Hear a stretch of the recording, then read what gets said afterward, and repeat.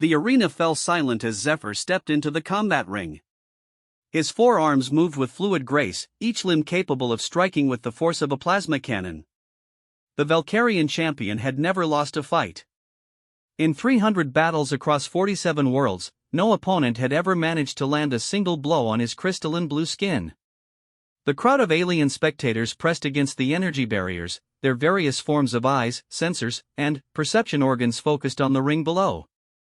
Representatives from dozens of species had gathered on Station Omega-7 for the Galactic Combat Championships.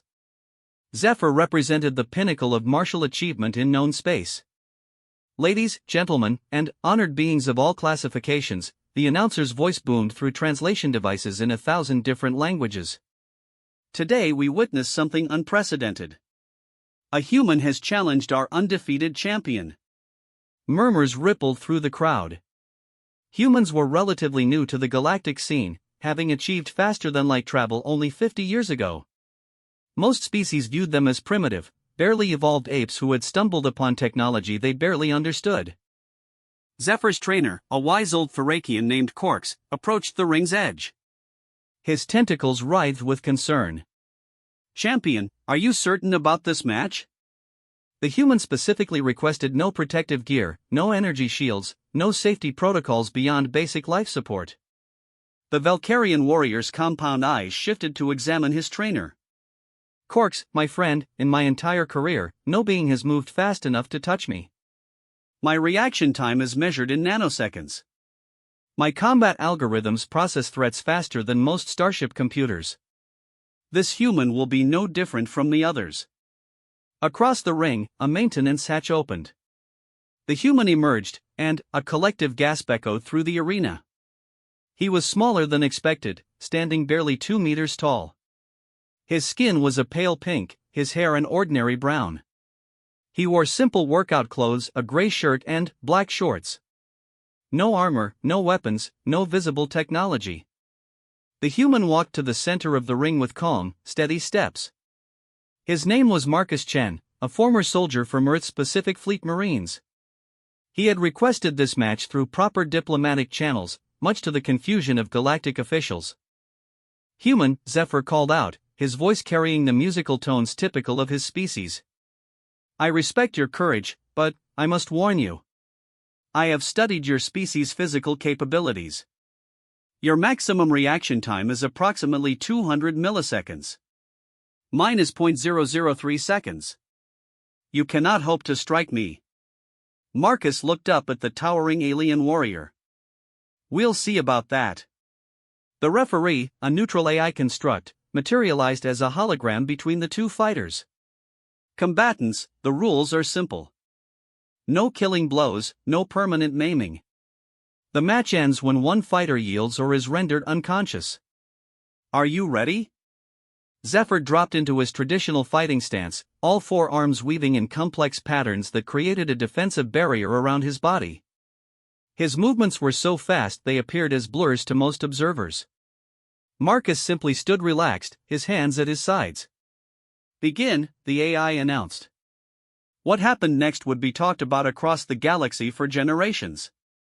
Zephyr launched forward with blinding speed, his four fists cutting through the air like guided missiles. His attack was calculated to end the fight in a single overwhelming assault. No creature in recorded history had ever survived his opening strike. Marcus stepped forward. The first punch connected with Zephyr's solar plexus before the Valkyrian's brain even registered the human's movement. The second strike hit his right shoulder joint. The third caught him in the left side of his ribcage. The fourth struck his lower back. The fifth punch landed squarely on his jaw. All 5 impacts occurred in less than half a second. Zephyr's body processed the impossible information as he crashed to the ring floor. His advanced nervous system, designed for combat prediction and lightning-fast responses, struggled to understand what had just occurred. The human strikes had landed before his brain had finished analyzing the threat. The arena erupted in chaos. Beings of every description began shouting in their native languages. Some called for medical assistance. Others demanded the match be declared invalid. A few simply stared in stunned silence. Marcus stepped back and, waited for Zephyr to rise. The Valkyrian warrior pushed himself up slowly, his forearms shaking slightly. His internal medical systems reported minor bruising but no serious damage. The human had pulled his punches. Those strikes could have shattered bones if delivered at full force. Impossible, Zephyr whispered, staring at Marcus with new respect and confusion. How did you move so fast? I didn't, Marcus replied calmly. I moved at normal speed. Dr. Elon Vex, the station's chief xenobiologist, frantically checked her scanning equipment from the observation deck. Her readings showed that the human had indeed moved at ordinary human speeds. There was no energy enhancement, no time dilation technology, no cybernetic augmentation. This makes no sense, she muttered to her assistant. According to our sensors, the human moved exactly as fast as we predicted he would. But, somehow he still struck the champion 5 times before Zephyr could react. Below in the ring, Zephyr circled Marcus more cautiously. His analytical mind processed thousands of combat scenarios per second, but none of them accounted for what had just happened. Human, I acknowledge your skill, but I was not prepared for your attack pattern. Now I will be ready. Marcus nodded. That's fine. Try again. Zephyr's second assault was more methodical. He used his superior reach and multiple limbs to create a web of attacks that should have been impossible to penetrate. His strikes came from 4 different angles simultaneously, each one fast enough to break sound barriers. Marcus weaved through the attacks like water flowing around stones. His movements seemed almost lazy compared to Zephyr's frantic speed, yet somehow the alien's fists never found their target. Then, as if materializing from thin air, Marcus appeared inside Zephyr's guard. 3 quick punches to pressure points along Zephyr's arms temporarily paralyzed 2 of his limbs. A 4th strike to his temple caused momentary disorientation. The 5th blow was a gentle push to his chest that sent him stumbling backward. Again, 5 strikes landed before Zephyr could mount a defense. Commander Thrix of the Galactic Military Observatory leaned forward in his VIP box. The grizzled veteran had seen combat across the galaxy, but this defied everything he understood about warfare. Get me a direct line to Central Command, he ordered his aide. They need to know about this immediately. In the ring, Zephyr's frustration mounted. He had studied human combat footage extensively before the match. Their martial arts were crude compared to advanced species fighting techniques. Their physical capabilities were laughably limited. Yet this human moved with a precision that seemed to bend the laws of physics. What species trained you? Zephyr demanded. Which advanced civilization taught you these techniques? I learned to fight on Earth, Marcus answered honestly. From other humans. This statement sent ripples of disbelief through the crowd. Earth was considered a backwater world, barely advanced enough to qualify for galactic citizenship. The idea that humans had developed such sophisticated combat abilities on their own seemed preposterous. Ambassador Keel of the Draconian Empire exchanged glances with his colleagues in the diplomatic section. If humans possessed this level of combat skill, it changed the entire balance of galactic power structures. Zephyr reset his stance, this time activating his emergency combat protocols. His already impressive speed increased by 30%. His reaction time shortened to near instantaneous levels. He became a living weapon system, every movement calculated for maximum efficiency. I will not underestimate you again, human. The 3rd engagement lasted longer. Zephyr's enhanced state allowed him to track Marcus's movements more effectively. For nearly a full minute, they exchanged attacks and blocks in a display of martial artistry that left the audience breathless. But the outcome remained the same. Marcus found openings that shouldn't have existed, exploited weaknesses that Zephyr's systems insisted weren't there. When the exchange ended, 5 more strikes had landed on the Valkyrian champion. This time, Zephyr didn't immediately rise. He lay on the arena floor, staring at the ceiling, trying to understand what was happening to him. Dr. Vex's instruments detected something unusual in her scans of the human. Enhancement field, check for energy manipulation, she ordered her equipment. The readings came back negative. Temporal distortion? Again, negative. Probability alteration? The sensors found nothing. Marcus walked over to where Zephyr lay and extended his hand. You okay? The gesture surprised the alien warrior. In most species combat traditions, showing mercy to a defeated opponent was considered an insult. But there was no mockery in the human's expression, only genuine concern. Zephyr accepted the offered assistance and stood. I do not understand how you are doing this. You're thinking too much, Marcus said. You're trying to calculate everything instead of just reacting. But calculation is the foundation of advanced combat, Zephyr protested. Prediction, analysis, algorithmic response patterns. These are what separate civilized warfare from primitive brawling. Marcus shrugged. Maybe. But sometimes thinking gets in the way of fighting. The comments sparked heated discussions among the alien spectators. Centuries of military doctrine suggested that superior processing power and analytical capabilities were the keys to combat supremacy. The idea that overthinking could be a disadvantage challenged fundamental assumptions about warfare. Professor Venth of the Centaurian War College frantically began taking notes.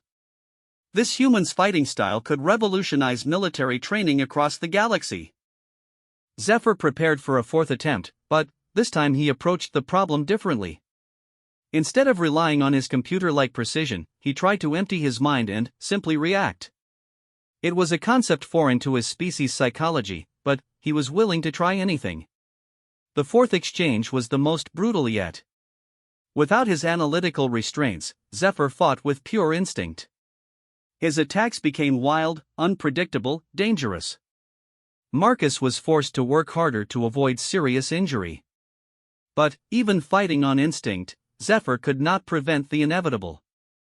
5 more strikes landed, though this time Marcus had to work for each one. As Zephyr collapsed again, breathing heavily, he finally began to understand what he was facing. You see the patterns, he gasped. You see them before we create them. Marcus helped him up again. Something like that. It's not speed, Zephyr continued, his analytical mind finally grasping the truth. It's not reflexes or enhanced abilities. You're reading the fight itself. Your computer brain tries to calculate the best move, Marcus explained. But, while it's calculating, your body telegraphs what you're going to do. You have tells, patterns, habits. All that processing power makes you predictable. The revelation sent shockwaves through the viewing stands. The galaxy's most advanced species had been using their technological superiority as a crutch, making them vulnerable to opponents who fought with intuition rather than calculation. General Cormax of the Hegemony Defense Force immediately began planning new training protocols. If this human's techniques could be learned and taught, it would change everything about military strategy. Zephyr stood in the center of the ring, his worldview crumbling around him. Everything he had been taught about combat, everything his species believed about their superiority, had been proven wrong by a simple human using techniques developed on a primitive world. I yield, he said quietly. The words were barely audible, but the arena's sensors picked them up and amplified them throughout the station. The undefeated champion of the galaxy had surrendered to a human. Marcus bowed respectfully. You're a good fighter. You just need to trust yourself more than your computers. As medical teams rushed into the ring to check on both fighters, the implications of the match began to sink in throughout the galactic community. Humanity, the species that everyone had dismissed as barely civilized, had just demonstrated a fundamental flaw in how advanced civilizations approached warfare. In her observation booth, Dr. Vex compiled her readings into a report that would soon be classified at the highest levels. The human's victory wasn't the result of superior technology or genetic enhancement. It was purely a matter of training and philosophy. Ambassador Keel activated his emergency communication array. Priority message to the High Council. We need to reassess our intelligence estimates regarding human military capabilities. Immediately. Down in the ring, Marcus helped Zephyr to the medical bay while the crowd slowly dispersed. Most of the aliens left in stunned silence, trying to process what they had witnessed. The implications would ripple outward from Station Omega-7, changing how the galaxy viewed both humanity and themselves. The undefeated champion had fallen, not to superior strength or speed, but to a fighting philosophy that valued instinct over analysis. As the station's lights dimmed to simulate night cycle, Marcus Chen sat alone in his temporary quarters, unaware that his simple demonstration of human martial arts had just shifted the balance of power across the known galaxy. The news of Zephyr's defeat spread across the galaxy faster than hyperspace transmissions. Within hours of the match, every major government, military organization, and intelligence agency had received detailed reports of the impossible event that had occurred on Station Omega-7. Marcus Chen sat in the station's diplomatic quarters, unaware of the chaos his victory had unleashed.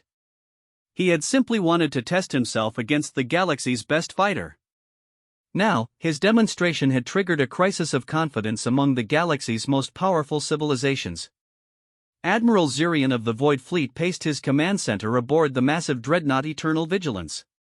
His species, the Vorthak, had ruled the galaxy's eastern arm for over 2,000 years based on their superior combat abilities and technological advancement. The news from Omega-7 threatened everything they had built. "Show me the footage again," he commanded his tactical officers. The holographic display replayed Marcus's victory in slow motion. Even at reduced speed, it was difficult to follow the humans' movements. They seemed natural, almost casual, yet they consistently found openings in Zephyr's defenses that sophisticated military computers insisted did not exist. Analysis? Admiral Zirian demanded. Lieutenant Commander Vex, the fleet's chief tactical analyst, manipulated the hologram to highlight different aspects of the fight. "Sir, according to our combat algorithms, the humans' victory should have been impossible. Zephyr's reaction time was 17,000 times faster than the humans. Yet somehow, the humans struck first in every exchange. There must be an explanation. Hidden technology, genetic modification, temporal manipulation. All scans were negative, sir. The human appears to be completely unenhanced. He's using pure technique developed by his species on their home world." Admiral Zirian's mandibles clicked together in the Vorthak expression of deep concern. If humans could defeat their most advanced warriors using primitive techniques, what did that say about the Vorthak's own military supremacy? Meanwhile, on the planet Nexus Prime, the Galactic Council convened an emergency session. Representatives from 47 species gathered in the Great Amphitheater to discuss the implications of the humans' victory. Chancellor Vex of the Eltarian Republic called the session to order. Her species had maintained galactic peace for centuries through careful diplomacy and the threat of their advanced military forces. Now that foundation seemed shaky. "Fellow council members, we face an unprecedented situation," she began. "A human has defeated our greatest champion using techniques that our best minds cannot understand or counter." Councillor Thex of the Machine Confederation rose to speak. His cybernetic body hummed with processing power as he accessed countless databases. "I have reviewed all available data on human combat capabilities. Their martial arts appear crude and inefficient compared to our advanced fighting systems. Yet the evidence suggests these primitive techniques may be superior to our own." "Impossible," declared General Zorax of the warrior clans. "My people have perfected warfare through millennia of conflict. No primitive species could surpass our battle-tested methods." "The video evidence suggests otherwise," Chancellor Vex replied calmly. "Perhaps it is time to reconsider our assumptions about human capabilities." Back on Station Omega-7, Marcus received an unexpected visitor. Dr. Elon Vex arrived at his quarters with a team of scientists and a mountain of scanning equipment. "Mr. Chen, I hope you don't mind the intrusion. I'm Dr. Vex, the station's chief xenobiologist. Would you be willing to participate in some additional tests? The galactic scientific community is very interested in understanding how you achieved your victory." Marcus shrugged. "Sure, as long as it doesn't take too long. I have a transport back to Earth scheduled for tomorrow." Dr. Vex set up her equipment while her team ran every scan imaginable. They checked for cybernetic implants, genetic modifications, exotic energy fields, and quantum enhancements. Every test came back negative. "This is remarkable," Dr. Vex muttered as she reviewed the data. "You're completely baseline human. No modifications at all. How is this possible?" "I trained hard," Marcus said simply. "Started when I was 6 years old. Studied boxing, karate, judo, Brazilian jiu-jitsu, Muay Thai, and about a dozen other fighting styles. Spent 8 years in the Marines learning military combat techniques. Then, I trained with some of the best fighters on Earth. But, the techniques you used against Zephyr were unlike anything in our databases of human martial arts." Marcus considered this. "Well, I suppose you only have recordings of humans fighting other humans. Fighting aliens requires different approaches." Dr. Vex's eyes widened. "You adapted your techniques specifically for alien opponents?" "Had to. Different body structures, different movement patterns, different weaknesses. Zephyr was fast, but he moved like a computer. Computers are predictable if you know what to look for." This casual statement sent Dr. Vex's mind racing. The human hadn't just defeated the champion through superior technique. He had analyzed alien fighting styles and developed countermeasures on the fly. The implications were staggering. "Mr. Chen, would you be willing to demonstrate these techniques against other opponents?" "For scientific purposes, of course." Marcus thought about it. "I guess so, if they're willing volunteers. Just remember, I pulled my punches with Zephyr. I don't want to seriously hurt anyone." Within hours, Dr. Vex had organized a series of demonstration matches. Word spread quickly, and volunteers began arriving from across the galaxy. Warriors, soldiers, and martial artists from dozens of species wanted to test themselves against the human who had done the impossible. The first volunteer was Captain Gorex of the Titan Guard, a hulking warrior from a high-gravity world. His species were renowned for their incredible strength and durability. Gorex stood 3 meters tall and weighed over 400 kilograms of solid muscle.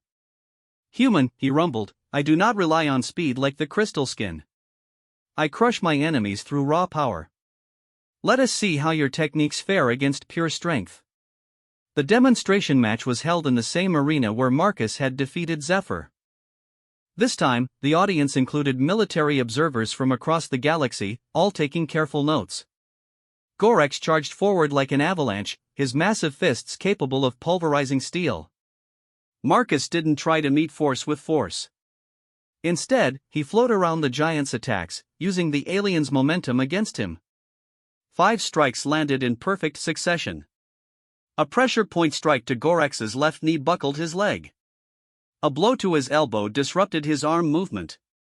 A quick strike to his solar plexus disrupted his breathing. A hit to his temple caused momentary disorientation. The final strike was a gentle push that sent the off-balance giant crashing to the arena floor. The pattern held. 5 strikes before the opponent could react. Next came Light Dancer, a member of the Shadow People known for their incredible stealth and agility. Her species could move through shadows and bend light around themselves to become nearly invisible. "Human, you have learned to read predictable patterns. But how will you fight what you cannot see?" Light Dancer activated her natural camouflage and vanished from sight. The arena fell silent as spectators tried to track her movement. Even advanced sensors had difficulty maintaining locks on her position. Marcus stood perfectly still, his eyes closed, listening. When Light Dancer struck from behind, thinking herself undetected, Marcus was ready. He caught her wrist as her blade descended, spun her around, and delivered 5 quick strikes to nerve clusters that temporarily paralyzed her limbs. As she materialized, stunned and helpless, she whispered, "How did you know where I was?" "You may be invisible to the eyes," Marcus replied, "but you still breathe, your heart still beats, and your feet still make sound when they hit the ground."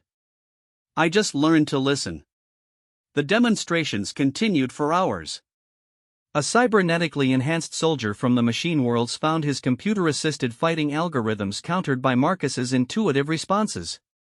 A warrior poet from the Crystal Courts discovered that his elegant, ritualized combat forms were too predictable for practical warfare. A living weapon. From the bioengineers learned that his genetically perfected fighting instincts were still inferior to trained experience. In every case, the pattern remained the same. 5 strikes landed before the opponent could mount an effective defense. Word of these demonstrations reached the highest levels of galactic government and military command. Emergency meetings were called on a dozen worlds as leaders struggled to understand what humanity's capabilities might mean for the existing balance of power. On the world of Terminus, the War Council of the Hegemony gathered in their fortress moon. These were the beings who had maintained order in the galaxy's western spiral arm through superior military might for over a millennium. War leader Krex studied the tactical analysis reports with growing unease. If one human can defeat our best warriors using primitive techniques, what happens when they organize their military using these same principles? Earth has a population of 8 billion, noted intelligence master Yex. If even a small percentage of them possess similar capabilities, they could field an army unlike anything the galaxy has seen. We should open diplomatic relations immediately, suggested Counselor Dex. Better to have them as allies than enemies. Or, said War Leader Krex darkly, we should neutralize the threat before it grows. Similar conversations were taking place across the galaxy. Some species saw opportunity in potential alliance with humanity. Others saw threat that needed to be eliminated. A few, like the ancient and wise keepers of knowledge, saw the beginning of a fundamental shift in galactic civilization. On Station Omega 7, Marcus finished his final demonstration against a team of 5 opponents working together. Even outnumbered, he managed to strike each of them 5 times before they could coordinate an effective counterattack. Dr. Vex approached him as the arena cleared. Mr. Chen, I must ask you something of vital importance. Are you representative of human combat capabilities, or are you exceptional even by your species standards? Marcus considered the question carefully. I'm pretty good, but I'm not the best fighter on Earth. There are maybe 100 people who could beat me in a fair fight. And there are probably 1,000 more at roughly my level. Dr. Vex's face went pale. You're saying Earth has over 1,000 fighters with your capabilities? More or less. And that's just the ones I know about. Earth's a big place. This revelation would soon reach the Galactic Council and change everything. Humanity wasn't just one exceptional individual. They were a species of potential warriors whose fighting philosophy could challenge the galaxy's most advanced civilizations. As Marcus prepared to depart Station Omega 7, he remained unaware of the political firestorm his demonstrations had created. He had simply wanted to test his skills against alien opponents. Instead, he had inadvertently demonstrated that human military potential was far greater than anyone had imagined. The galaxy would never be the same. The age of technological supremacy and warfare was ending, replaced by something far more unpredictable, the human element. Back on Earth, military leaders received confused reports about one of their former Marines causing a diplomatic incident at some alien space station. They filed the reports and promptly forgot about them, having no idea that Marcus Chen had just changed the course of galactic history. The implications would unfold slowly, but the process had begun. Humanity was about to take its place as a major power in the galaxy, whether they were ready for it or not. 3 months after Marcus Chen's demonstration on Station Omega 7, the first alien delegation arrived on Earth unannounced. The massive Vorthack dreadnought Eternal Vigilance dropped out of hyperspace just beyond Earth's moon, causing panic at every military installation on the planet. Admiral Sarah Morrison of the Earth Space Command stood in the Emergency Operations Center, watching the alien vessel on the main display. It was the size of a small city, bristling with weapons that could reduce Earth to ash in minutes. Sir, they're requesting permission to approach Earth peacefully, reported Communications Officer Yang. They claim to be here for diplomatic purposes. Admiral Morrison had read the classified reports about Marcus's victory, but she had dismissed them as exaggerated alien propaganda. Now, faced with this massive warship, she was beginning to understand that something significant had happened. Grant them approach clearance, but keep all defense networks active. And get me the Secretary General immediately. On the bridge of the Eternal Vigilance, Admiral Zirian studied the blue-green world below. Earth looked peaceful, almost primitive compared to the industrial worlds of the Vortak Empire. Yet somewhere on this simple planet were humans who could defeat the galaxy's finest warriors using techniques his species couldn't understand. "Launch diplomatic shuttle," he ordered. "And, remember, we are here as supplicants, not conquerors." The concept was foreign to Vortak culture. For 2 millennia, they had been the ones receiving diplomatic missions from weaker species seeking their protection or favor. Now they were the ones seeking to understand something beyond their capabilities. The shuttle landed at the United Nations headquarters in New York, causing the largest security operation in the organization's history. Secretary General Chen Wei met the alien delegation in the main assembly hall, flanked by military advisors and xenobiologists. Admiral Zirian's towering form dominated the human-scale chamber.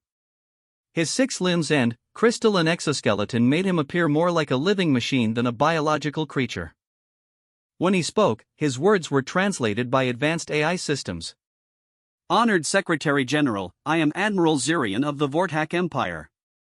I come seeking understanding of your species' military capabilities." Secretary General Chen frowned. "I'm afraid there's been some misunderstanding. Earth has no significant military capabilities compared to galactic standards. Our space fleet consists of 3 patrol vessels and a cargo hauler. Your modesty is admirable, but we have witnessed evidence of your people's combat abilities. One of your warriors defeated our galaxy's greatest champion and demonstrated techniques that challenge our fundamental understanding of warfare." The Secretary General looked confused until one of his aides whispered something in his ear. His expression changed to one of recognition mixed with disbelief. "You're talking about Marcus Chen? That was just a sporting exhibition. He's a retired soldier, not a representative of Earth's military." Admiral Zirian's compound eyes focused intently on the human leader. "You speak as if he were ordinary among your kind.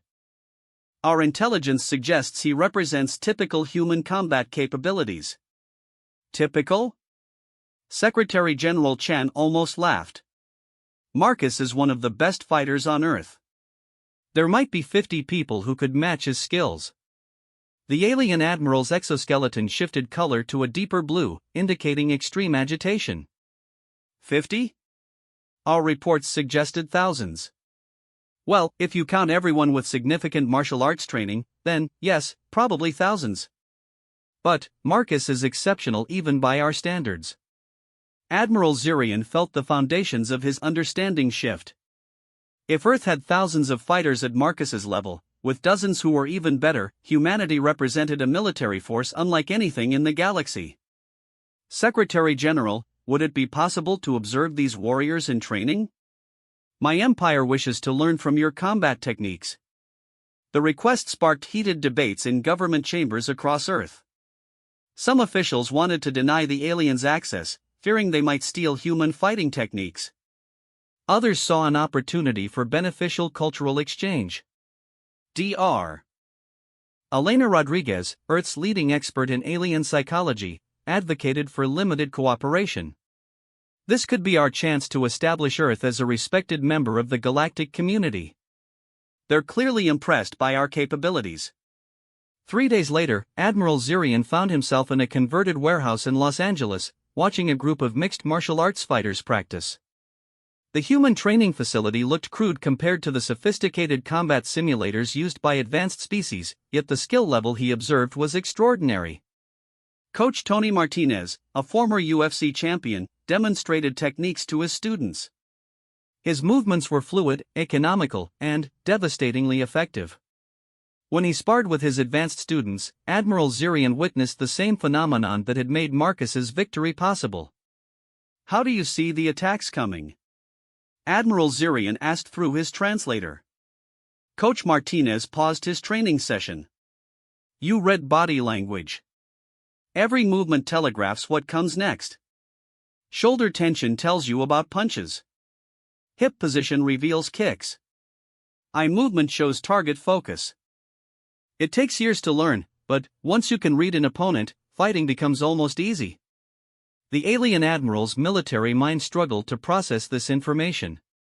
His species relied on computer analysis to predict enemy movements.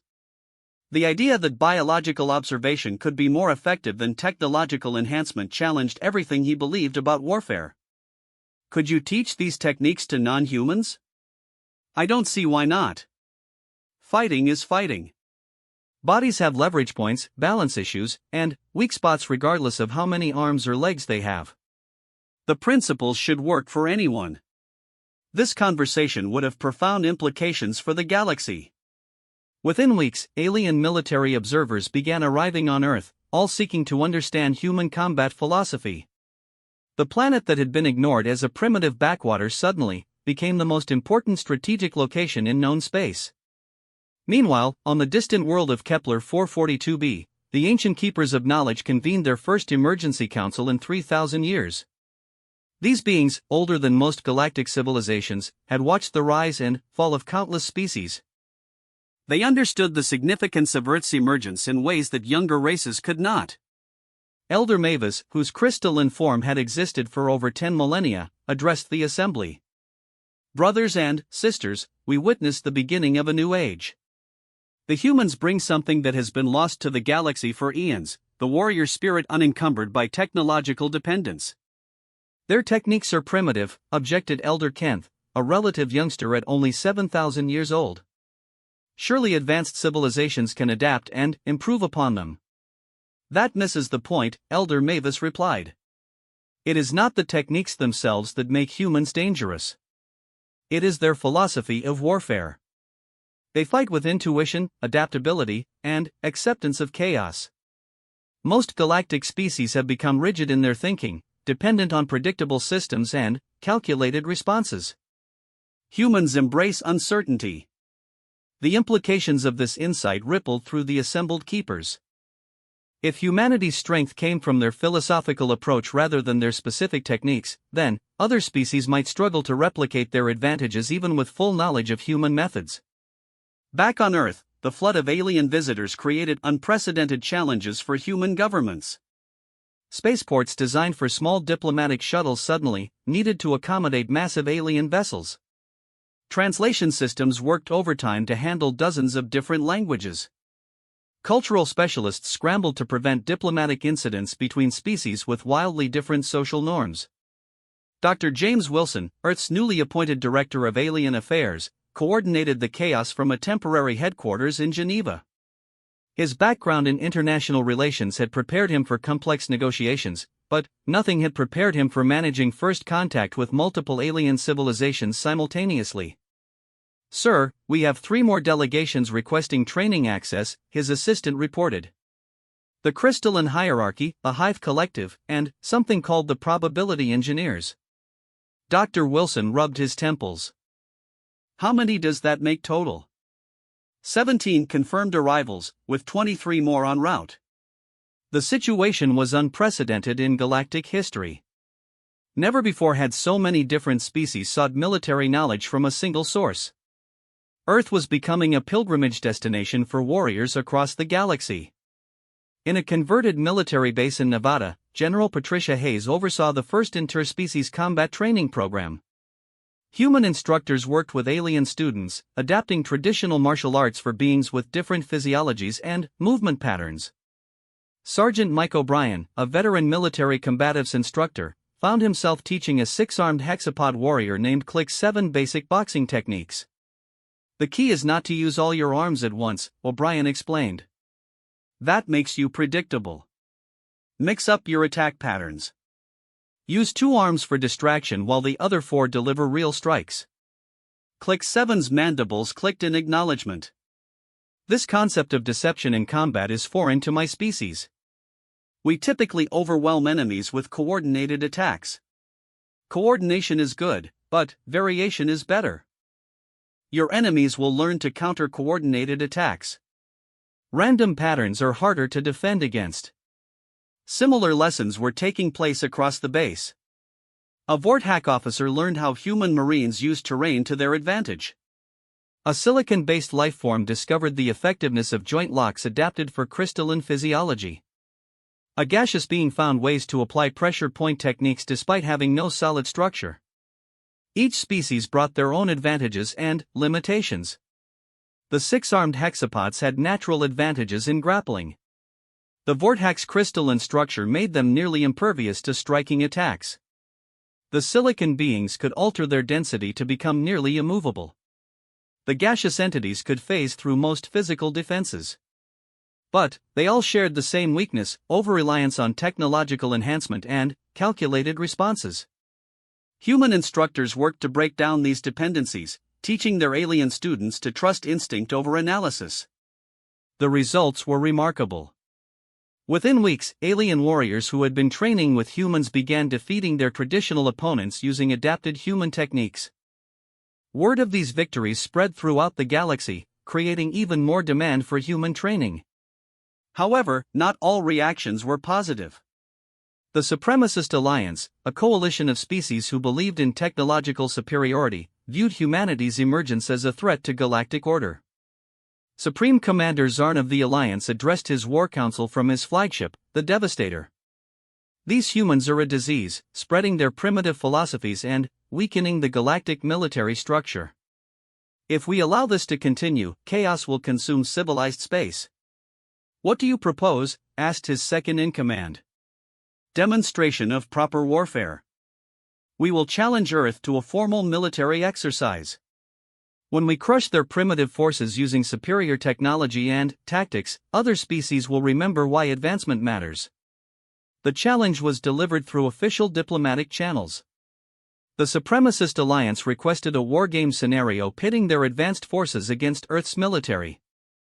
The exercise would be monitored by neutral observers and conducted with non-lethal weapons. Secretary General Chen consulted with Earth's military leadership before responding. The consensus was that refusing would make Earth appear weak, while accepting could provide valuable intelligence about alien military capabilities. We accept, came the official response, but we choose the scenario and location. This decision would prove more significant than anyone realized. Earth's military leaders, advised by veterans like Marcus Chen, selected a scenario that would play to human strengths while negating many technological advantages. The stage was set for a confrontation that would determine whether humanity's warrior philosophy could stand against the galaxy's most advanced military forces. The outcome would shape the future of galactic civilization and determine Earth's place in the cosmic order. As preparations began for the unprecedented wargame, neither side fully understood what they were about to unleash. The humans thought they were simply defending their planet's reputation. The aliens believed they were restoring proper order to the galaxy. Both were wrong. They were about to participate in an event that would fundamentally change how warfare was conducted throughout known space. The wargame between Earth and the Supremacist Alliance took place in the asteroid field of the Kepler 438 system, chosen for its complex terrain and neutral location. Over 200 alien vessels from 47 different species gathered to observe what many considered the most important military demonstration in galactic history. Earth's fleet consisted of 12 converted freighters hastily equipped with defensive systems and 24 fighter craft that looked primitive compared to the sleek alien vessels. The Supremacist Alliance brought 50 state-of-the-art warships, each one capable of destroying Earth's entire fleet under normal circumstances. Supreme Commander Zarn stood on the bridge of his flagship, confident in the outcome. Today we restore sanity to galactic military doctrine. These humans will learn the futility of primitive tactics against advanced technology. 3 light-years away, Admiral Sarah Morrison commanded Earth's makeshift fleet from the converted cargo vessel Indomitable Spirit. Her crew consisted of hastily trained volunteers and military personnel from a dozen different nations. They faced impossible odds, but Marcus Chen's insights had given them a strategy. Remember the plan, Admiral Morrison broadcast to her fleet. We're not trying to out-technology them. We're going to outthink them. The exercise scenario was deceptively simple. Both fleets would attempt to control 3 strategic asteroid mining stations. The first side to hold all 3 stations for 1 hour would be declared the winner. All weapons were modified to deliver stunning charges rather than lethal damage. As the simulation began, the Supremacist Alliance deployed in perfect formation, their ships moving with computer-calculated precision. Advanced sensors mapped every asteroid, identified optimal firing positions, and created tactical algorithms for maximum efficiency. Earth's fleet scattered like leaves in the wind. "What are they doing?" demanded Commander Yelks, the Alliance's tactical officer. "Their formation makes no sense. They're exposing themselves to crossfire from multiple vectors." Supreme Commander Zarn studied the tactical display with growing confusion. Human vessels darted between asteroids with no apparent pattern, taking positions that his computers identified as disadvantageous. Several ships had actually moved farther from the strategic objectives rather than closer. "Perhaps they are retreating," suggested the navigation officer. "Their primitive sensors may be overwhelmed by our fleet's superiority." But Marcus Chen, observing from the command center on Luna, saw something different. The human ships weren't retreating or confused. They were setting a trap. The first Alliance vessel to reach Mining Station Alpha found itself alone among the asteroids. Captain Zorith of the destroyer Righteous Fury began establishing control of the facility, his ship's advanced systems easily overwhelming the station's automated defenses. "First objective secured," he reported to the fleet command. "No human resistance detected." That's when the humans struck. Earthships emerged from hiding places that Alliance sensors had dismissed as impossible. They had used the asteroid's mineral composition to mask their energy signatures, employing techniques developed by human submarine commanders in Earth's ancient ocean warfare. The UES Determination, a converted mining vessel, rammed the Righteous Fury at full speed. Both ships were disabled by the impact, but the Alliance vessel was the only one that mattered strategically. The humans had traded a less valuable ship for the enemy's most advanced destroyer. "Impossible!" Supreme Commander Zarn exclaimed. "They sacrificed their own vessel. No rational commander would accept such losses." "Sir, we're detecting similar attacks at Mining Station Beta," reported his communications officer. "The humans are using kamikaze tactics against our heavy cruisers." This was exactly what Admiral Morrison had predicted. The Alliance fought like a computer, trying to maximize efficiency and minimize losses. But humans understood that sometimes you had to sacrifice pieces to win the game. At Mining Station Beta, Captain Jessica Torres of the UES Defiance led a squadron of fighter craft against 3 Alliance heavy cruisers. Her pilots used techniques adapted from ancient fighter tactics, diving out of the asteroid field's shadow and attacking before the alien ships could track them effectively. But, instead of engaging in traditional dogfights, the human fighters did something unprecedented. They targeted the Alliance ship's sensor arrays with precisely coordinated strikes, blinding the advanced vessels before they could mount an effective defense. "We can't track them," reported the weapons officer aboard the Alliance cruiser Infinite Glory. "They're moving too erratically for our targeting computers." Captain Torres smiled as she rolled her fighter through a gap barely wider than her ship. The Alliance vessels were faster and more heavily armed, but they fought like machines. Her pilots fought like humans, embracing chaos and unpredictability. "Form up on my wing," she ordered her squadron. "Time to show them what crazy looks like." The human fighters began flying in patterns that violated every principle of space combat doctrine. They crossed each other's flight paths, performed unnecessary maneuvers, and took risks that no sane pilot would attempt. To the Alliance computers, their behavior was impossible to predict or counter. Within minutes, all 3 Alliance cruisers at Mining Station Beta were disabled, their crews stunned by weapons fire they never saw coming. Supreme Commander Zarn watched his tactical display in horror as his perfectly planned assault disintegrated. "How are they doing this? Our technology is superior in every measurable way." "Sir," his tactical officer reported, "I think they're not trying to fight efficiently. They're trying to fight unpredictably." The concept was alien to the supremacist Alliance mindset. Efficiency was the highest virtue in their military philosophy. The idea that deliberate inefficiency could be tactically advantageous challenged everything they believed about warfare. At Mining Station Gamma, the pattern repeated with variations. Captain Lu Wei of the UES Persistence led a boarding action that should have been impossible. His converted freighter docked with an Alliance battleship and deployed Marines who used modified martial arts techniques in zero-gravity combat. The Alliance crew, trained to fight with technological advantages, found themselves helpless against humans who used their own ship's corridors and equipment against them. The Marines moved through the vessel like ghosts, striking from unexpected directions and disappearing before the aliens could respond. "They're inside the ship," reported the Alliance captain. "But they're not following any assault pattern we can recognize." The human Marines had trained for this scenario using techniques developed by urban warfare specialists. They treated the alien ship like a hostile city, using cover and concealment to neutralize superior numbers and technology. Sergeant Rodriguez of the Earth Marines adapted his street fighting experience to the ship's environment. "Stay mobile, stay unpredictable," he ordered his men. "These aliens fight like robots. Show them what human chaos can do." The Alliance crew, despite their advanced weapons and armor, couldn't adapt to the humans' unconventional tactics. They had been trained to fight other advanced species who followed similar doctrines. Facing opponents who embraced disorder and improvisation left them paralyzed by indecision.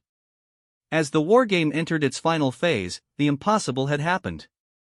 Earth's primitive fleet had captured all 3 mining stations and was successfully defending them against counterattacks. The Supremacist Alliance, despite their overwhelming technological superiority, found themselves helpless against human unpredictability. Supreme Commander Zarn faced a choice that violated every principle of his military training. He could continue the exercise and accept humiliating defeat, or he could abort the simulation and claim technical difficulties. "Sir, what are your orders?" his bridge crew asked as Earth's forces consolidated their positions. Zarn studied the tactical display, trying to understand how his perfect plan had failed so completely. Every algorithm, every predictive model, every strategic calculation had been wrong. The humans had won through methods that shouldn't have worked. "End the exercise," he said quietly. "Congratulations to Earth forces." The formal declaration of human victory sent shockwaves through the observing fleets. Species that had ruled the galaxy for millennia watched in stunned silence as Earth's primitive vessels celebrated their impossible triumph. Ambassador Keel of the Draconian Empire immediately activated his emergency communications. "Priority message to the High Council, recommend immediate diplomatic alliance with Earth. Their military capabilities exceed all previous estimates." Similar messages were being sent from observation vessels throughout the asteroid field. The balance of galactic power had shifted in a single afternoon. On the bridge of the Indomitable Spirit, Admiral Morrison received congratulations from her crew. But she understood the broader implications of their victory better than most. "This changes everything," she told her communications officer. "We just proved that human military doctrine can defeat any technological advantage. Every species in the galaxy will want to either ally with us or neutralize us before we become too powerful." She was right. Within days of the wargame, Earth received 17 formal alliance offers, 12 requests for military training partnerships, and 3 thinly veiled threats from species that viewed humanity as a dangerous disruption to galactic stability. Marcus Chen, watching the aftermath from his quiet home in California, understood what he had started. His simple demonstration on Station Omega-7 had revealed a fundamental truth about warfare that the galaxy had forgotten: technology was only as good as the mind that wielded it. Dr. Elena Rodriguez, now Earth's chief advisor on galactic affairs, briefed the Secretary General on the planet's new status. "Sir, we've gone from being ignored as a primitive species to being viewed as the most dangerous military force in known space. Every major government wants to either recruit us or contain us. And what do you recommend?" "We proceed carefully. Human military philosophy is spreading through the galaxy whether we control it or not. Those alien warriors who trained here are teaching others. Within a generation, every species will have adapted at least some human techniques." She was correct. Across the galaxy, military academies began incorporating human fighting concepts into their curricula. The rigid, technology-dependent warfare that had dominated for millennia was giving way to more flexible, adaptive approaches. On the Vorthak homeworld, Admiral Zirian established the first interspecies military academy based on human principles. Warriors from dozens of different species learned to fight with intuition rather than calculation, adaptation rather than rigid doctrine. The ancient keepers of knowledge observed these changes with satisfaction. Elder Mavis addressed her fellow keepers with something approaching joy. The galaxy awakens from its technological slumber. Humans have reminded us that the warrior spirit cannot be programmed or calculated. It must be lived. But not all changes were welcome. The Supremacist Alliance, humiliated by their defeat, began developing new technologies specifically designed to counter human unpredictability. They created AI systems that specialized in chaos theory, weapons that could track erratic movement patterns, and armor that protected against unconventional attacks. The arms race between human adaptability and alien technology would define the next era of galactic history. But, for now, Earth stood triumphant, having proven that sometimes the oldest solutions were the most effective. Marcus Chen retired to his small house overlooking the Pacific Ocean, content in the knowledge that he had given his species a place among the stars. He had no way of knowing that his simple demonstration of human martial arts would eventually lead to Earth becoming the military training ground for the entire galaxy. The age of technological supremacy was ending. The age of human warfare was about to begin. And, in the vastness of space, countless alien warriors were learning that sometimes, the most primitive approach was the most sophisticated solution of all. The galaxy would never be the same. Humanity had touched the untouchable champion and proved that no one, no matter how advanced, was beyond the reach of human determination and ingenuity.